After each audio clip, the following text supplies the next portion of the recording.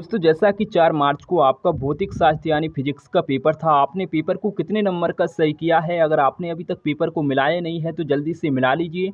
आज की इस वीडियो में हम आपको इसके एक एक क्वेश्चन का आंसर बताने वाले हैं। अगर आपने अभी तक इस वीडियो को लाइक नहीं किया तो वीडियो को लाइक कर दें और साथ ही चैनल को भी सब्सक्राइब कर दें, जिससे आने वाली वीडियो की और भी नोटिफिकेशन आप तक सबसे पहले पहुँच सकेगी। तो चलिए वीडियो को शुरू करते हैं। प्रश्न नंबर 1 में आपको जो है सही जोड़ी जो है मिलाकर लिखना था, जो कि आप यहाँ पर देख सकते हैं। और इसके बाद में प्रश्न नंबर 2 में आपको रिक्त स्थानों की पूर्ति करना था। उचित शब्द के द्वारा रिक्त स्थानों की पूर्ति पर लिखिए।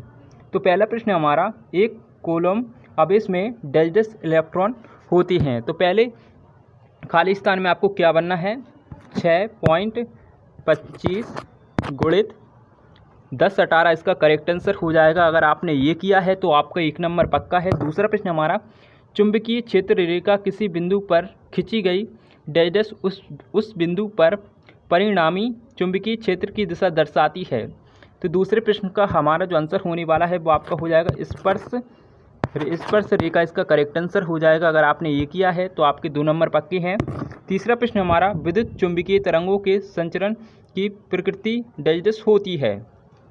तो तीसरे प्रश्न का हमारा जो आंसर है वो आपका हो जाएगा अनुप्रस्थ। अगर आपने ये किया है तो आपके जो है 3 नंबर पक्के हैं। चौथा प्रश्न हमारा, प्रकाश के डैश की घटना में ऊर्जा का पुनर्वितरण होता है। तो चौथे खाली स्थान का हमारा जो आंसर होने वाला है वो आपका व्यक्तिकरण हो जाएगा। अगर आपने व्यक्तिकरण किया है तो आपके 4 नंबर पक्के हैं। पाँचवा प्रश्न हमारा, पूर्ण आंतरिक परावर्तन की घटना में अपवर्तन कोण डैश होने पर अपतन कोण क्रांतिक कोण के बराबर होता है। तो पाँचवें प्रश्न का हमारा जो आंसर है इसका आंसर आपको हमें कमेंट करके अवश्य बताना है, ये हमें मिला नहीं है। छठवां प्रश्न हमारा, सरल सूक्ष्मदर्शी डैश फोकस दूरी का एक अभिसारी लेंस होता है। तो छठवें खाली स्थान में आपको क्या बनना था, कम। अगर आपने ये किया है तो आपके जो है 6 नंबर पक्के हैं। और इसके बाद में जो है प्रश्न नंबर 3 में आपको सत्य असत्य चुनकर बताना था। पहला है, चालक के भीतर स्तर विद्युत क्षेत्र शून्य होता है। तो पहला आपका सत्य हो जाएगा। दूसरा है, चुंबकीय क्षेत्र रेखाएं सदैव बंद पास बनाती हैं। तो दूसरा भी आपका सत्य हो जाएगा। तीसरा है, दीर्घ रेडियो तरंगों की आवृत्ति सर्वाधिक होती है। तो तीसरा आपका सत्य हो जाएगा। और चौथा है, एक ध्रुवित तरंग के लिए विस्थापन समय के साथ अपरिवर्तित रहता है। तो चौथा है आपका सत्य हो जाएगा। पांचवा है, एक पूर्ण चक्र के लिए प्रत्यावर्ती औसत धारा का मान 0 होता है।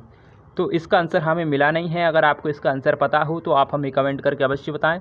और इसके बाद में जो है प्रश्न नंबर 4 में आपको जो है प्रत्येक प्रश्न में दिए गए विकल्पों में से सही विकल्प आपको चुनकर लिखना था। पहला है, n- प्रकार के अर्धचालकों में बहुसंख्यक आवेश वाहक है। तो आपको यहाँ पर 4 ऑप्शन देखने को मिलेंगे, इलेक्ट्रॉन, हॉल, न्यूट्रॉन, गतिशील आयतन। तो इसका जो आंसर होने वाला है वो आपका फर्स्ट वाला हो जाएगा। अगर आपने ये किया है तो आपका 1 नंबर पक्का है। दूसरा प्रश्न हमारा, वायु का पराविद्युतांक होता है अनंत, 0, 1 या फिर 2।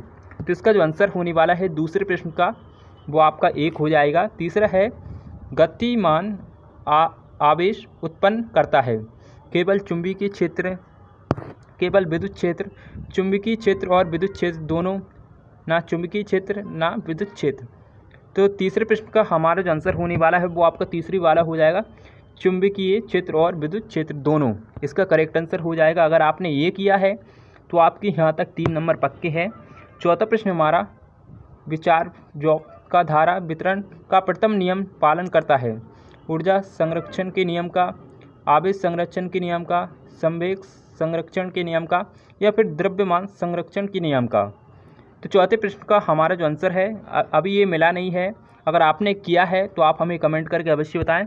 पाँचवें प्रश्न हमारा, कौन सी घटना प्रकाश की तरंग प्रकृति नहीं दर्शाती, प्रकाश विद्युत प्रभाव, व्यक्तिकरण, विवर्तन, ध्रुवण। तो इसका जो आंसर होने वाला है 5वें प्रश्न का वो आपका फर्स्ट वाला ही हो जाएगा, प्रकाश विद्युत प्रभाव इसका करेक्ट आंसर हो जाएगा। अगर आपने ये किया है तो आपका 1 नंबर पक्का है।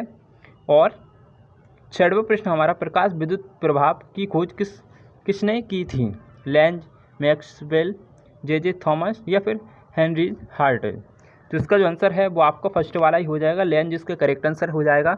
अगर आपने ये किए हैं तो आपके 6 नंबर पक्के हो जाएंगे। और आप यहाँ पर देख सकते हैं क्वेश्चन तो आप लगभग कर ही आए होंगे। प्रश्न नंबर 5 में आपको जो है एक शब्द एक वाक्य में उत्तर लिखना था, इसके आंसर हम आपको, और आप कितने नंबर का पेपर सही कर आए हैं ये आप हमें कमेंट करके अवश्य बताएं। मिलते हैं एक और ऐसी इंटरेस्टिंग वीडियो के साथ। Thanks for watching, bye bye.